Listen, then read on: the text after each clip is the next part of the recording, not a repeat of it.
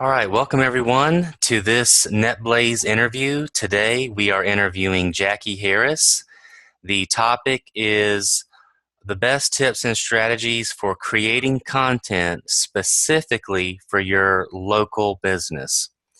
Jacqui is a pro. She writes for some of the top marketers and e-commerce marketers out there, and she has specialized also in helping local businesses with their social media, with writing articles for them and helping them get their websites in tip-top shape. And we know that's definitely some stuff that y'all need help with. And we've asked our customers for some questions to ask Jacqui, and so we have 6, and we're going to go through those. And so I just want to welcome you, Jacqui. Thank you very much for being here. Thank you very much. No, it's good to be here. So I hope I can give some valuable content. All right, great. Well, the first question that someone asked was, what are the biggest mistakes or errors that you are seeing local business owners make right now with their content? Right, okay. The biggest thing of all is, I would say, not doing anything at all. Unfortunately, a lot of people think that they can't write, they can't produce content, so they do nothing whatsoever, which is a huge mistake, because believe it or not, everybody can produce some kind of content. It doesn't necessarily have to be written content. It could be images, it could be video. So definitely make a start. That's the biggest thing, and the biggest place to start. Once you do that, you'll find yourself on a bit of a roll, and of course your first piece won't be a masterpiece, but once you get going, you'll kind of find your own ground, if you like. So moving on from that, the next biggest mistake is not posting content on a consistent basis. You might post 2 posts one week, and then not the next week. And your customers or subscribers really don't know where you're going with your strategy. So always keep it consistent. That's really good. And the next thing is write from the heart. Years ago, we were all taught to write for the search engines. That's not the case anymore. Just be you, engage with your audience, and the biggest thing of all is definitely write from the heart. Yeah, that's actually, I just got off a call with a hairstylist in Chicago, and she had just hired an SEO company, and that was basically what they did, was they went through her content and was just adding keywords. Okay. But I have also noticed what the first part you said, where people just aren't doing it. Yeah, And absolutely. it seems to me like people get down into that rut where they're not doing it, and it's almost Yeah. like 99.9% of people, including all their competitors, also aren't doing it. Yeah, absolutely. I agree. And it might seem really daunting, but it really isn't. There are so many different ways that you can put your content across. So don't be put off by that. That would be a big piece of advice from me. Yeah, I mean, we went. There was one. I think it was earlier this week. It was a talent agency, and we looked at other talent agencies there in Chicago, and then other big ones all around. And it's like none of them, 100%, none of them were producing content on their website. It was just Wow. the website was just nothing but a series of pages. So it seems like you Yeah, could immediately stand out if you just start producing exactly. content. Yeah, that's absolutely right. You could be, a small startup business, but you can find that the larger companies are just not utilizing this at all. So you can actually take out your competition just by making a start. Yeah. Yeah, and that's the other thing, is that the big companies think they don't need it. It's Yeah. like they're not doing it because they're busy. They have people walking through their door, Yeah. and so they're leaving that space wide open. Yeah, absolutely. I totally agree. All right, so that covers the biggest mistakes. And one thing too, it seems like sometimes people get very caught up in quantity versus just primarily worrying about quality. You know Yeah. what I mean? Like they're thinking that, oh, I'm gonna have to do this 5 times a week or something without Yeah, realizing, well, even if you just did it once a week, but it was super high quality, that would be good. absolutely. Yeah, absolutely. There's no better three words, and content is king, and the quality is absolutely key. So, yeah, it doesn't have to be pages and pages. As long as you've got some good content in there, that's all you need.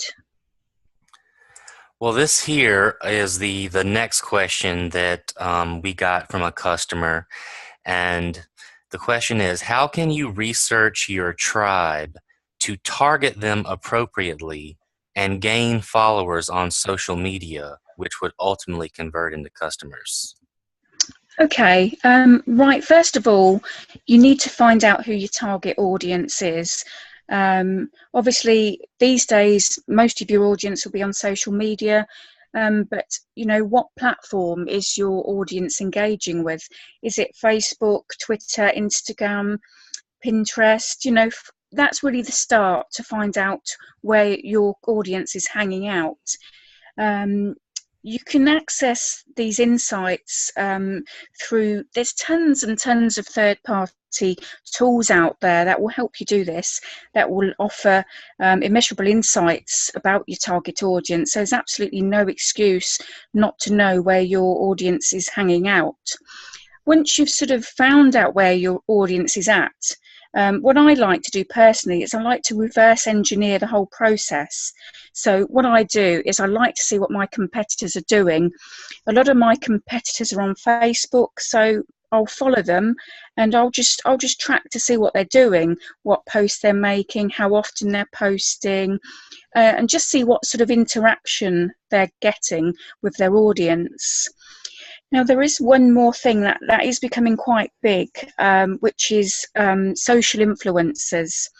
This is becoming quite a hot topic at the moment, and it's basically influencers in your audience or in your niche that are driving the traffic to where your audience needs to be. So you've got some tools that can help you do this. You've got tools like clear.com, so that's KLEAR.com. That's an influencer research tool. It's designed for Twitter, Instagram, YouTube, and a few other platforms. And it helps you find the profiles and categories to find the perfect influencers to help grow your business. Another one that many people may have heard of is BuzzSumo.com. That's another good one that can help analyze what content performs best for any topic or your competitor. So they're the key things, really. Find out where your audience is at, how to reach them, and what your competition is doing in a positive way that you can kind of not copy, but you can model, really. That's what I do. Yeah, and I think, even if a person, if they were not a techie at all, because you run into people that maybe they don't even really know how to copy and paste or something, but Yeah, just asking your customers, like you said, that first thing, asking your customers, where are you hanging out? yeah, What do you use? I mean, that's absolutely. just so fundamental that you should just absolutely positively do that. Yeah. And I'll just mention too, for those that are NetBlaze customers, that the same functionality that's in BuzzSumo is actually inside NetBlaze in the content research tool, where Excellent. you can just Mhm. type your keywords right in there and see what people are liking. So thank you for those two tools. I'll definitely have those tools linked in the Yeah, text that's here yeah. under the I interview. think they'll be really helpful to people. So, and they're definitely tools I would use. Yeah, well, that's the first time I've heard of Clear, but I'm definitely a BuzzSumo fan. That Yeah, one's really yeah. cool. It's very, very good. Definitely recommend that one. All right, well, question number 3. Um, That seems to be a word I'm hearing a lot, which is the word relevant. So, how do I choose relevant content? And this person followed up with, I'd rather write nothing than a fluff piece or clickbait. I spend so much time developing, creating products, being a vendor, updating my store, that writing is often neglected.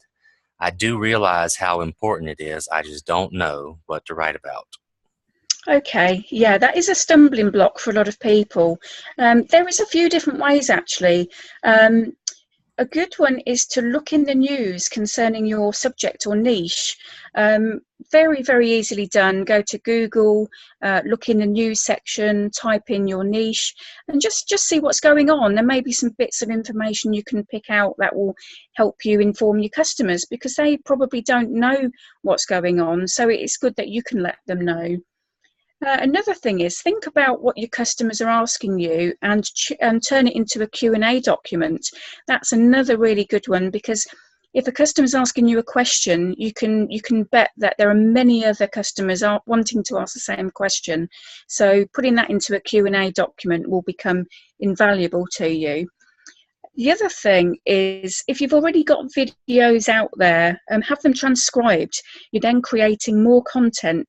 There's some great services. I use a service called rev.com, which is rev.com, and you can get a video transcribed for about $1 per minute. So you're creating different bits of content, which is really good. Another one that I like to use is humour. Everybody likes humour. So if you've got something funny to say, share that with your audience. Maybe it's something that happened in your day, in your business. It might seem, you might think it's irrelevant, but actually people like to know what you've been up to and like to have a bit of humour. Another one is a thank you post. Maybe you just want to thank your subscribers, your customers for coming back. So, you can say a few words of thanks, and that will really go a long way. Another one that I'd always say to people who are really unsure is share people's content. If you don't know or haven't got content of your own, share a video of somebody in the same niche, but just get something out there. That's just really key. And lastly, I would say, if you're really, really unsure and have no idea whatsoever, then get somebody to write some content for you. It doesn't have to be expensive. There are many outsourcing sites out there. So I would definitely go down that route if you completely have no idea whatsoever. Yeah, and I'll just mention that, a lot of those things too, harkening back to the last question, if you actually have Netblaze, the content research tool will do that same thing and help you, either whether you just want to share somebody else's content, or if you're actually finding content that you want to rewrite. And, as you were saying that, it kind of reminded me of exactly what we're doing here right now, which is that I found you. And then I went to our customers and said, hey, I'm going to interview Jacqui. What do y'all want me to ask her? Yeah, absolutely. And they gave the questions, and then here we are. Exactly. And I was planning on transcribing this and making it an article on the site. Fantastic. So, so I guess, it follows right along. So, yeah, definitely. All right, so that'll be very useful for people for different ideas. Now, Right. so now we know what is it that, how do we do the relevant content? Now the question is, what are the best practices for pacing and repurposing the content? So pacing, I'm thinking, is how consistent should they be? And then repurposing would be that they're kind of doing what we said, which is they found other people's content and now they want to spin it. Right. Okay. Well, with regard to pacing, it really just depends on your niche or your area, whatever you're working in. I'd say, as a rule of thumb, think maybe at least once a week if possible. I like to get at least 2 blog posts out a week. But it really does depend. I think your competitors have a lot to do with that as well. What are your competitors doing? How often are they blogging or putting out some kind of content? Because if it's working for them, then that tells you, a lot about how often you should be putting your content out there. With regard to repurposing, now there is loads you can do with this. You may have people out there that are thinking, what else can I do? There is tons you can do. You can create social posts. If you've seen a big post that's really popular, you can just cut it down, make it smaller, change the wording up, and make smaller posts and put them on social media. You can also turn your content into videos, as we've just really spoken about. Videos are really popular, and some people engage better with videos because of the visuality of them. So that's a really good one. There's tons of tools out there to help you make videos. It sounds daunting, but it's really not. There are some really great tools that are inexpensive, and you can just put a very quick video together and share that. You can also turn your content into a slideshow or a webinar and put them on sites like SlideShare. Now that's going to give you more visibility in the search engine. So that's really going to get your content out there, moving in a different direction. And just thinking about videos, audio as well. Some people think audio is not as popular these days, but people still love listening to podcasts. So turn your content into a podcast. Somebody might be in the car and have time to listen to that. So there's multiple different ways that you can repurpose your content. I mean, we could go on, but that's just a few examples of what you could do. But yeah, and once you've got those different contents, syndicating around, they're going to get picked up by the search engines. So yeah, start with them, and then just move forward from there. And I would even say, like, because this person was probably thinking, you're finding other people's content and repurposing it, but then you could say the same thing, that once you have that blog post, you could repurpose your own material. Exactly. There are so many different things you can do, and there is just so many different ways of spinning that around into tons of different ways. So yeah, absolutely do that. It's really going to help with your search engine optimization and just getting your name out there. And as we said earlier, a lot of competitors are not doing this, so you're going to have such an advantage over them. And just don't be put off. Make that start, as we said earlier, and before you know it, you're going to have tons of content, and your competitors will be left behind. Definitely. Yeah, I mean, your own stuff can basically multiply where, you found, let's say you use the content research tool in NetBlaze, you found a viral post, you rewrote it and posted it.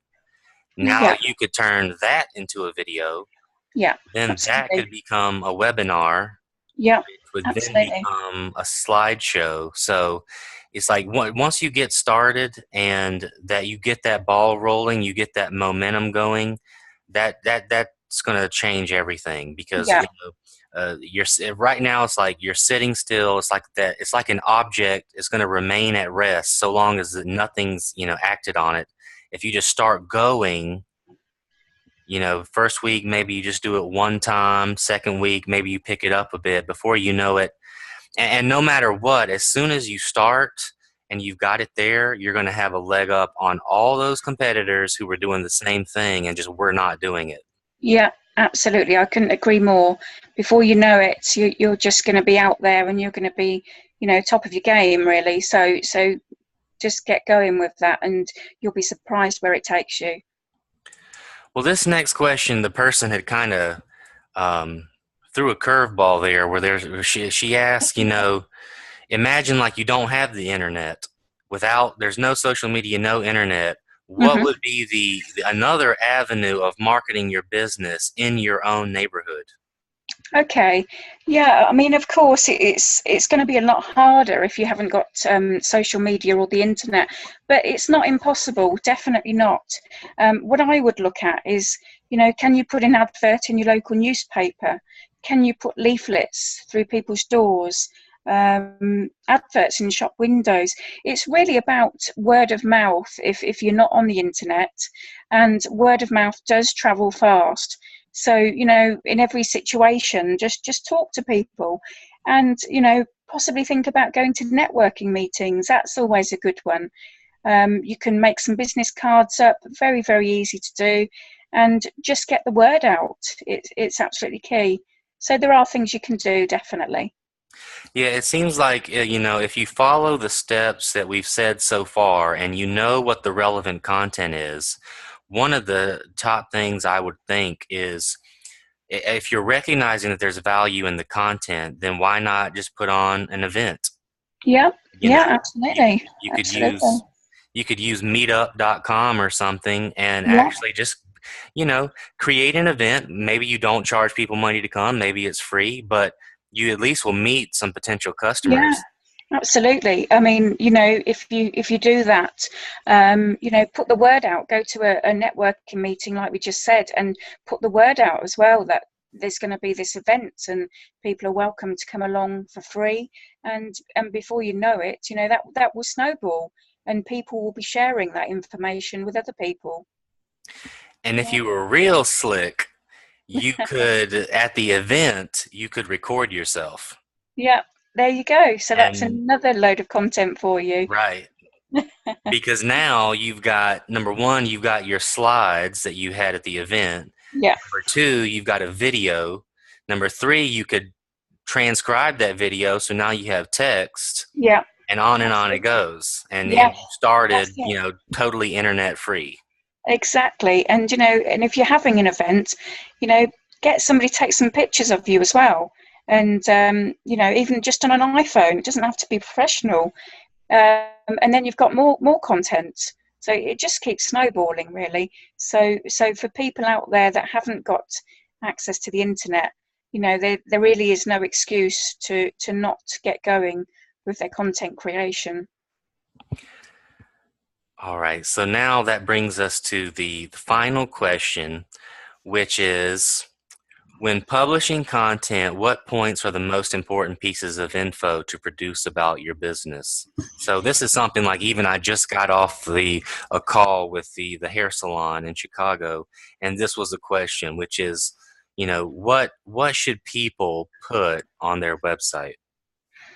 Okay, right. What you need to do is you need to obviously say who you are, what you do, and how your business is different. You really want to, stand out amongst your competitors.